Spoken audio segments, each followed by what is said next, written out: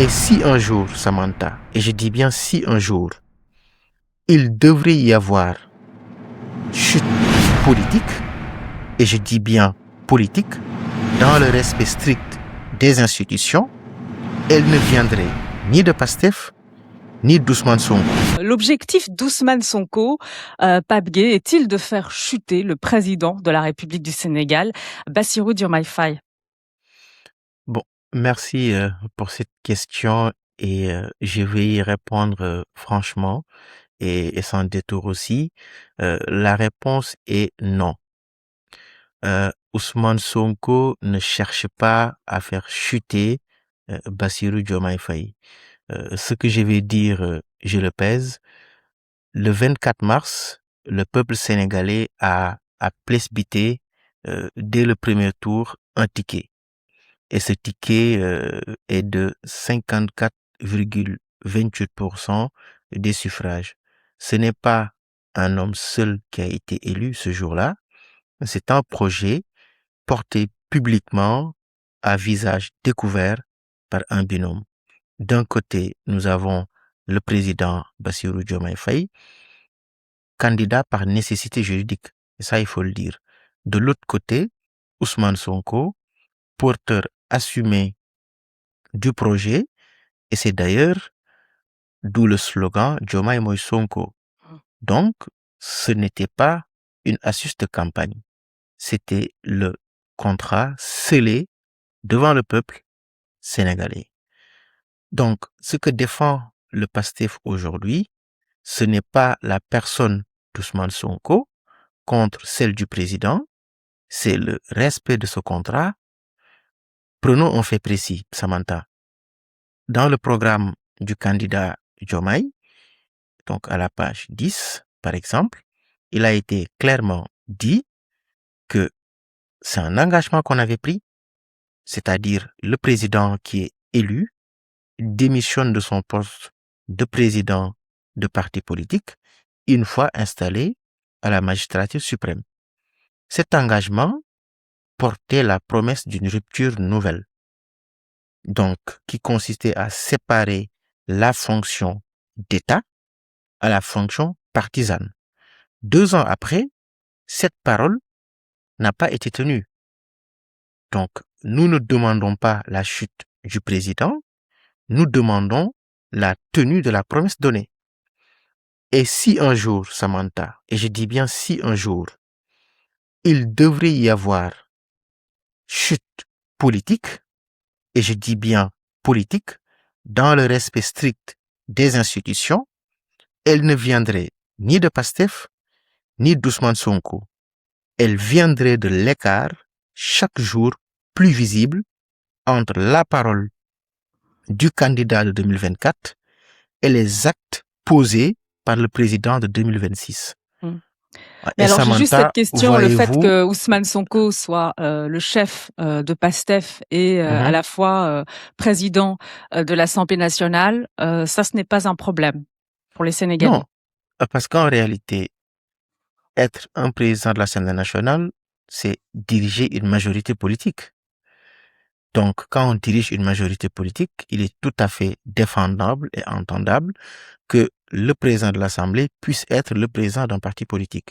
Parce qu'en réalité, le président de l'Assemblée, il est élu par les députés, donc lors d'une élection. Donc, il faut que le parti qui élit le président de l'Assemblée soit majoritaire. Donc, il est tout à fait Mais il est normal. aussi, de par ses fonctions, le garant du bon fonctionnement Ouais. du Parlement. Oui, effectivement, mais le Parlement, donc, est différent d'avoir un pouvoir politique. Je vous donne un exemple. Le président de l'Assemblée nationale, il ne peut pas élire un ministre. Il ne peut pas élire un directeur général. Il ne peut pas, par exemple, démettre quelqu'un de ses fonctions. Donc, il n'a pas d'argument, il n'a pas de décret pour pouvoir, par exemple, contraindre un membre du parti à faire quelque chose que, par exemple, le programme politique du parti avait prévu. Donc, c'est deux Mais fonctions qui sont totalement au départ, différentes. Bassirou Diomaye Faye était en accord avec la réforme, les points de la réforme constitutionnelle, y compris ce Ah oui, point-là, ah qui oui. consistait à faire en sorte que le président de la République du Sénégal ne soit Mhm, pas un chef de parti, mais le président de tous les Sénégalais. Aujourd'hui, il revendique justement un amendement concernant cet mhm, article 38. mhm, Et est-ce que ce n'est pas en raison de cette mhm, querelle avec Ousmane mhm. Sonko? Et donc, d'une certaine manière, Ousmane Sonko a aussi sa part de responsabilité. En fait, pour moi, c'est pas ça. Vous savez, Samantha, plus on avance dans le temps et plus je me rends compte en réalité peut-être qu'il n'y a jamais eu de problème en réalité. Pour moi, ce que je vois, c'est juste un homme qui veut accaparer le pouvoir pour lui seul, tout simplement. Voilà. Et c'est ça ma réponse par rapport à ça. Moi, Alors je pense que justement sur le divorce Faye-Sonko, Mm. sur le problème, du leadership, certains Mhm, reprochent à Ousmane Sonko d'avoir voulu imposer une présidence, dite bicéphale, en se mhm, comportant comme le véritable patron. Là-dessus, je voudrais mhm, vous entendre et finalement, est-ce que le président Faye, n'a-t-il pas simplement réaffirmé, mm, son autorité légitime, à la tête de l'exécutif? mhm. Mm. En fait, je dirais que cette question repose sur un récit. Voilà, un récit en fait qui s'est même, je peux dire, installé après le limogeage de mai 2026. Donc, permettez-moi, Samantha, de le déconstruire avec les faits. En fait, déjà, le concept de bicéphalisme, ce n'est pas Ousmane Sonko qui l'a inventé. Ce n'est pas non plus euh, un caprice imposé au président, si je peux le dire ainsi. C'est le peuple sénégalais qui a lui-même plébiscité en connaissance de cause le 24 mars 2024 le président de la République, avec l'aide de Ousmane Sonko, bien évidemment. Souvenons-nous de la campagne. Chaque meeting, chaque affiche, chaque intervention publique le disait. Ousmane Sonko portait le projet politique.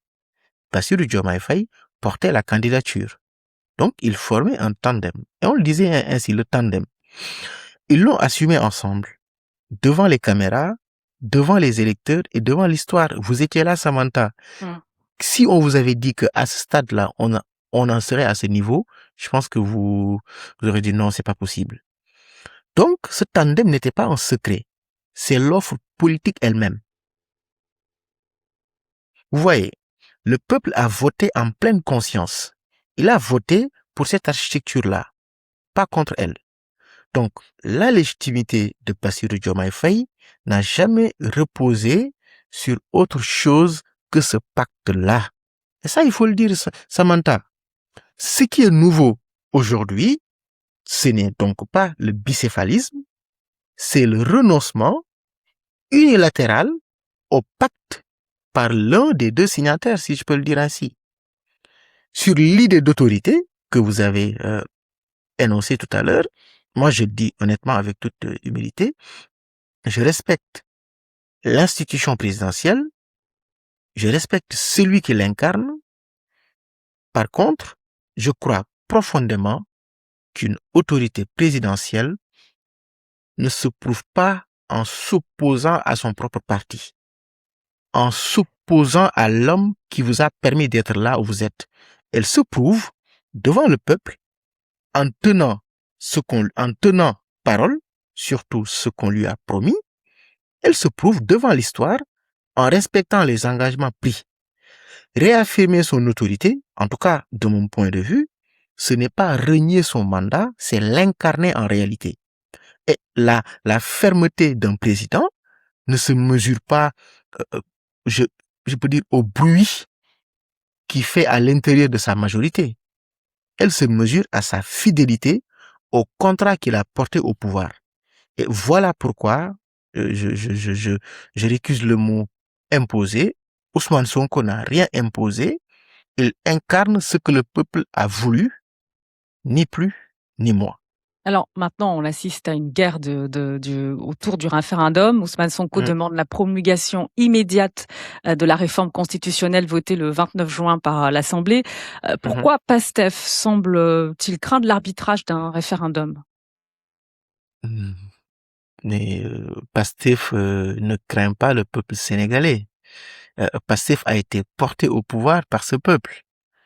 Donc, il ne pourrait pas le craindre sans se régner lui-même. Ce que le Pastef conteste, moi je tiens quand même à être très clair là-dessus, Samantha, ce n'est pas le principe du référendum. C'est la manœuvre qui se cache derrière un référendum sans date. Je ne sais pas Vous si vous voyez la contestez les nuance. amendements qui sont posés par l'exécutif.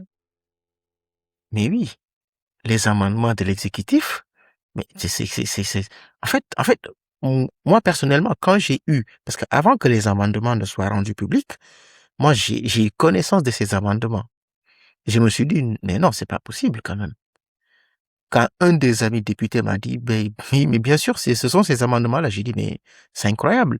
Comment le président, parce que moi j'ai fait partie, Samantha, des gens qui disaient que peu importe les les discordances, peu importe les problèmes que le président Faye a avec le parti PASTEF, le président Bassirou Diomaye Faye reste un homme de principe. C'est ce que je me suis toujours dit.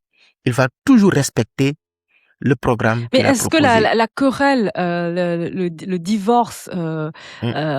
entre lui et Ousmane Sonko ne change pas la donne et pourrait justifier d'une certaine manière ces amendements aujourd'hui et qu'ils reviennent effectivement sur les promesses faites lors de la présidentielle? En fait, c'est ce que je vous ai dit tantôt. Moi, plus les choses avancent, plus je me rends compte en fait qu'il n'y a jamais eu de problème. La seule constante que nous avons aujourd'hui, en tout cas de ce qui saute net aux yeux, c'est que nous avons un président qui veut garder le pouvoir pour lui seul et qui ne veut le partager avec personne. Et quand je dis partager, c'est avoir des contre-pouvoirs à côté, c'est avoir des gens qui peuvent lui dire dans le blanc des yeux, Monsieur le Président, cette voie que vous êtes en train de prendre, c'est pas la bonne. Il n'en veut pas. Et En fait, pourtant, le président Diomaye Faye refuse la Hein, promulgation directe. Il souhaite cette hein, consultation populaire, donc il prend hein. aussi des risques. Est-ce qu'on peut lui reprocher de respecter d'une certaine façon la souveraineté du peuple? L'argument est puissant, mais en fait, il faut le prendre au sérieux.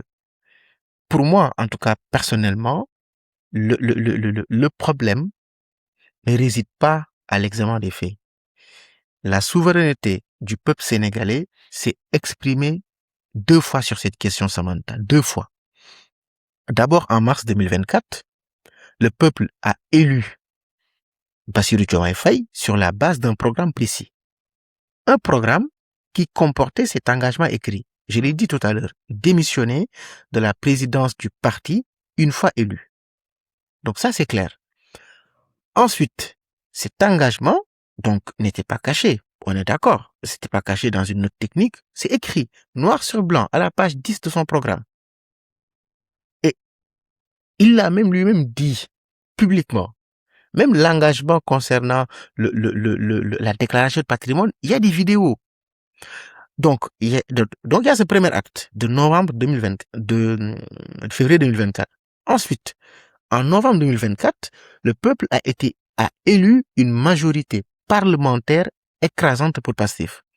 Il a confié donc à ses députés le mandat explicite de traduire ce programme en loi. Donc le peuple a tranché 2 fois. Sur le fond, sur la méthode, sur les porteurs. Pour moi, c'est clair. Maintenant, convoquer aujourd'hui un référendum sur ce sujet précis, cela revient à quoi? C'est important de le préciser.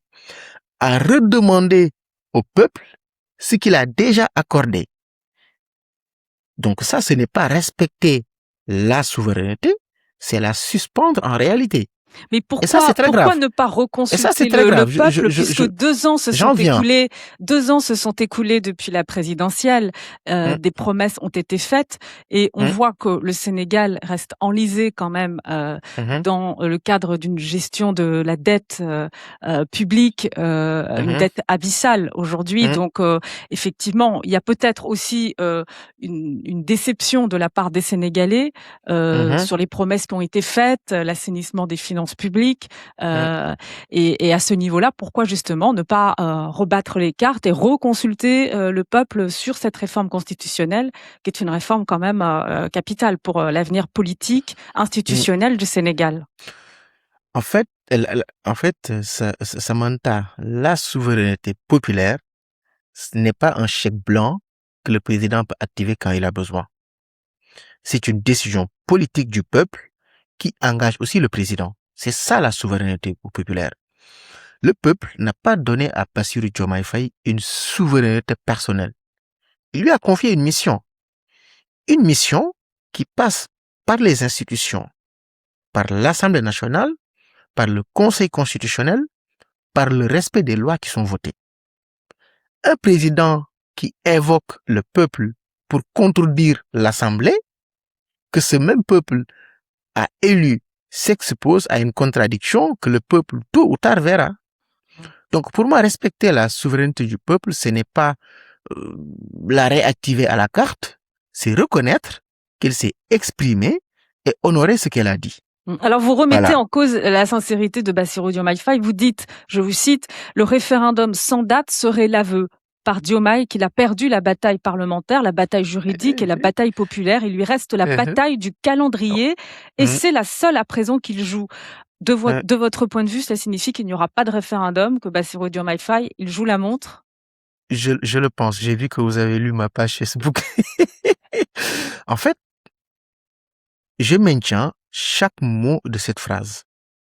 Je la maintiens parce qu'elle décrit une réalité mesurable. Donc, c'est pas une opinion. Regardons les batailles, Samantha, une par une. Donc, et ça, j'ai besoin que vous voyez. D'abord, la bataille parlementaire. Elle a eu lieu le 29 juin 2026. Elle a été gagnée par Pastef. Donc, par le vote, à la majorité qualifiée exigée par la Constitution. Ensuite, même avant, il y a eu la bataille juridique. Parce que le président a fait en fait une consultation au Conseil constitutionnel qui a donné son avis. Et ce sont les mêmes choses que le Conseil constitutionnel a dit que le Parlement a pris et a proposé au président. Donc la bataille juridique a été gagnée, enfin, entre guillemets, parce que le Conseil constitutionnel a donné un avis favorable.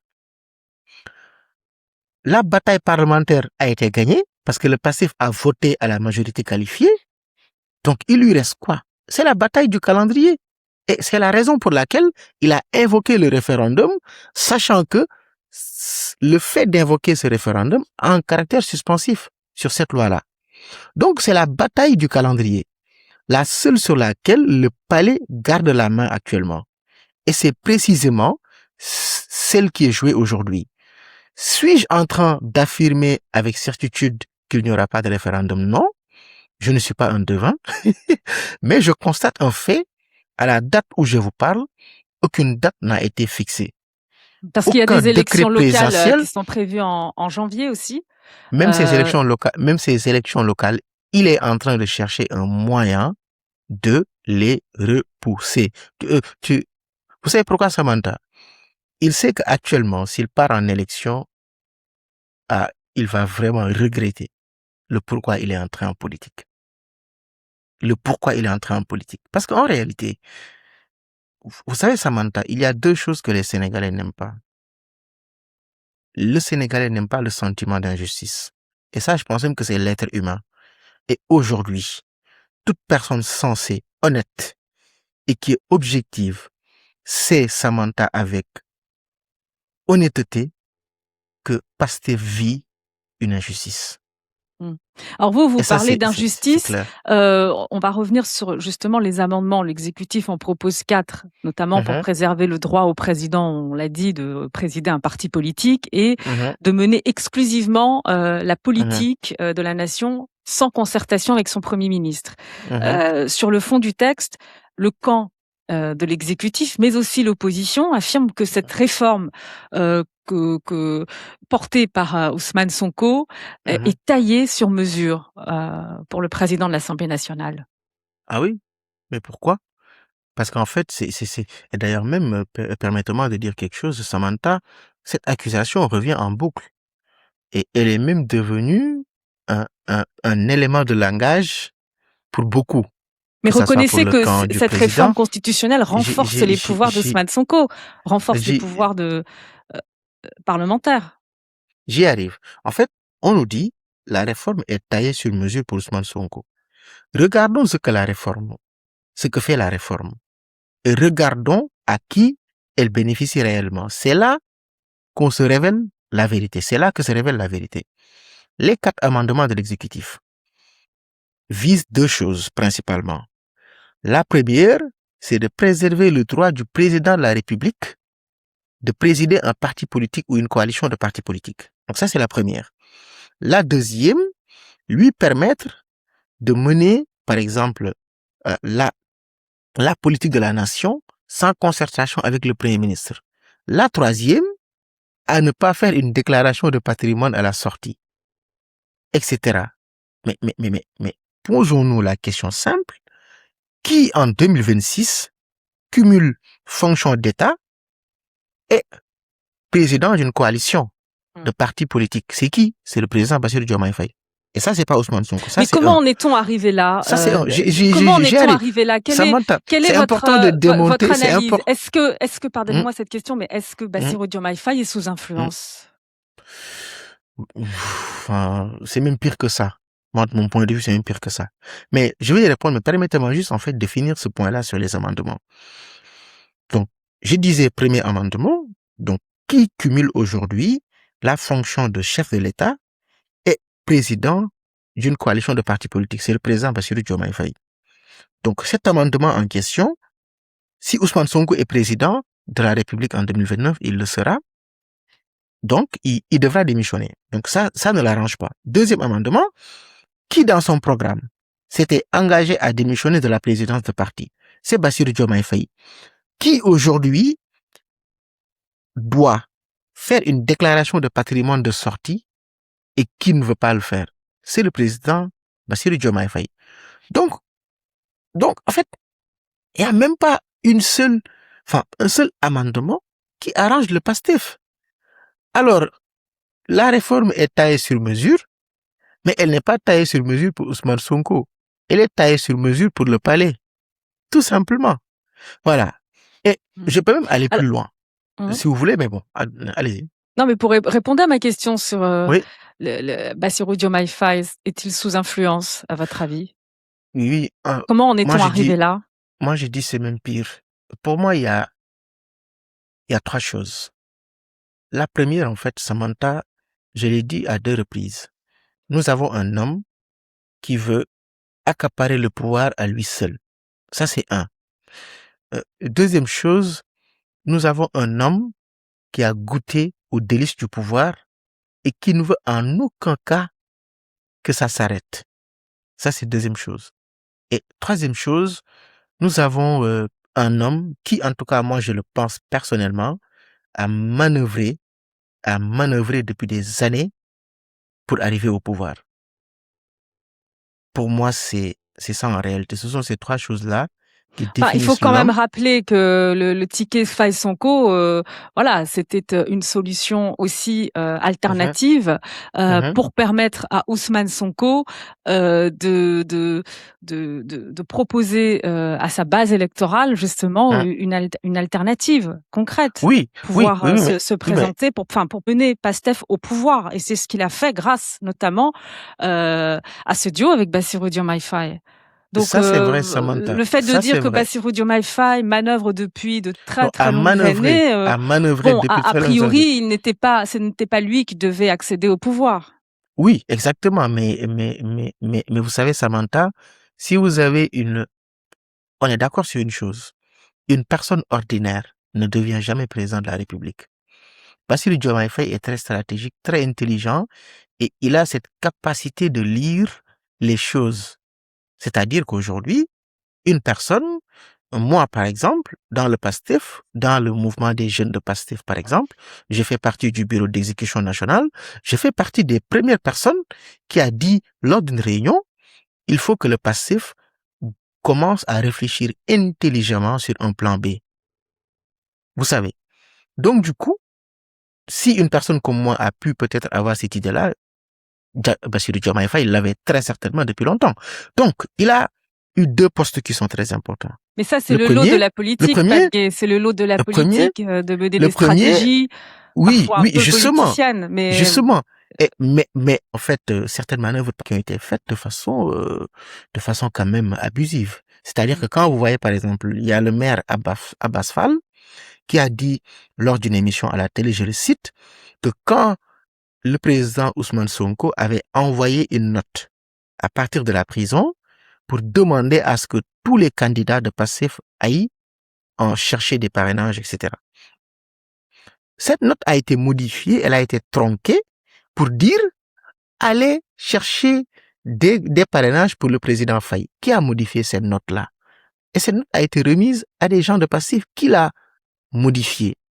Et moi, je peux vous dire aussi, Samantha, il y a eu un moment, je pense que c'était en 2022, il me semble, ou 2023, il y a eu une personne très proche du président qui avait demandé à ce qu'on fasse des sondages au sein de PASTEF pour savoir si un plan B devrait être choisi, qui serait le mieux placé pour l'être. Je ne sais pas si vous voyez. Et ensuite, Bassirou Diomaye Faye avait deux postes hyper importants. Il était le secrétaire général du parti. Il avait aussi géré la diaspora. Donc, il connaît la diaspora sénégalaise et cette diaspora-là de PASTEF a joué un rôle majeur dans l'ascension de pouvoir du PASTEF. Et ensuite, le président Faye pilotait depuis sa cellule sa candidature, il paraît. Donc, les manœuvres sont là. Les manœuvres sont là. Donc, Papier, répondez clairement. Donc, il y a une médiation en cours ou des médiations en cours pour tenter de réconcilier Bassirou Diomaye Faye et Ousmane Sonko. Bon, quand vous dites médiation, je dirais pas médiation, mais je dirais juste des bonnes volontés